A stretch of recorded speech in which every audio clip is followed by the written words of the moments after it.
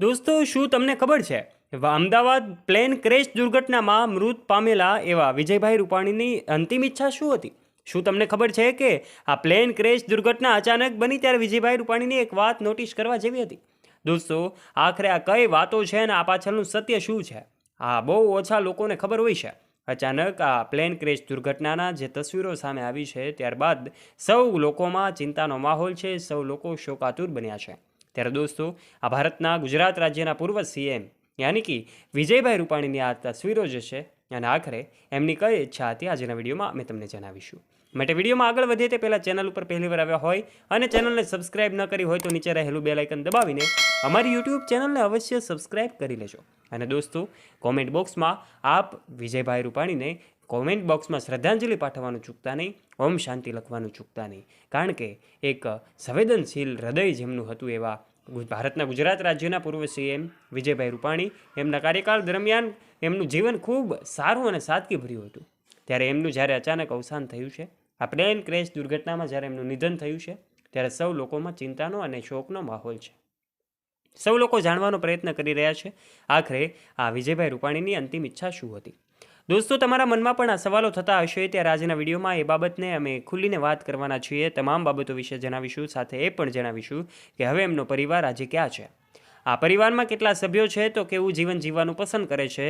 આ તમામ સવાલો આજના વિડીયોમાં અમે તમને જણાવી દઈશું. સૌથી પહેલાં વાત કરીએ કે પરિવારમાં કેટલા સભ્યો છે, તો તમને જાણીને નવાઈ લાગશે કે વિજયભાઈ રૂપાણીને 2 દીકરાઓ છે અને 1 દીકરી છે.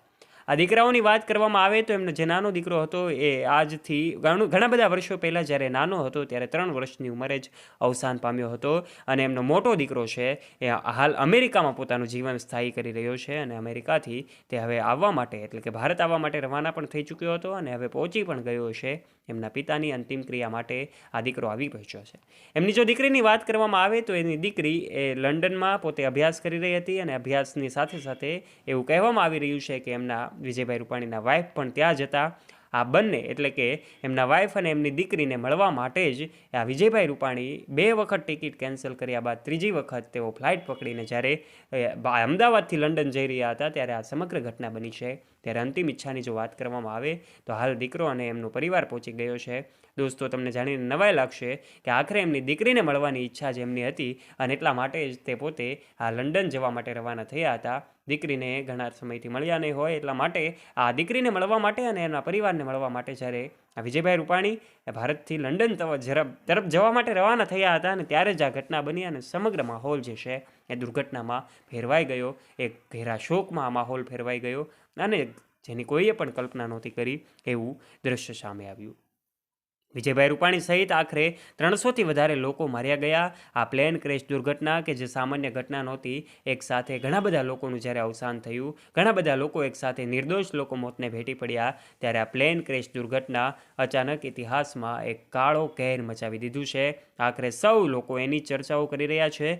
અલગ અલગ લોકો અલગ અલગ માધ્યમથી આ સૌ જે કાંઈ પણ દિવંગત આત્માઓ છે, અચાનક મૃત્યુ પામેલા જીવો છે, એમના પરિવાર પર આવેલ પડેલી આ અચાનક સંકટની આ આફતની ઘડીમાં એમને ઈશ્વર શક્તિ આપે, આ સહન કરવાની તાકાત આપે એવી પ્રાર્થનાઓ કરી રહ્યા છે. ત્યારે કોમેન્ટ બોક્સના માધ્યમથી આપ પણ અવશ્ય પ્રાર્થના કરજો, ઓમ શાંતિ અવશ્ય લખજો અને આ વિડીયોને લાઇક કરી દેજો. તમારા દરેક ગ્રુપમાં ફ્રેન્ડ્સ સાથે આ વિડીયોને શેર કરવાનું ના ભૂલતા. તથા આવા રસપ્રદ અને રોચક વિડીયોઝ નિહાળવા માટે અત્યારે જ નીચે રહેલું બેલ આઇકન દબાવીને સબસ્ક્રાઇબ કરી લેજો અમારી યુટ્યુબ ચેનલને. ફરી મળીશું એક નવા વિડીયો સાથે. ત્યાં સુધી આપ સૌને જય હિન્દ, વંદે માતરમ.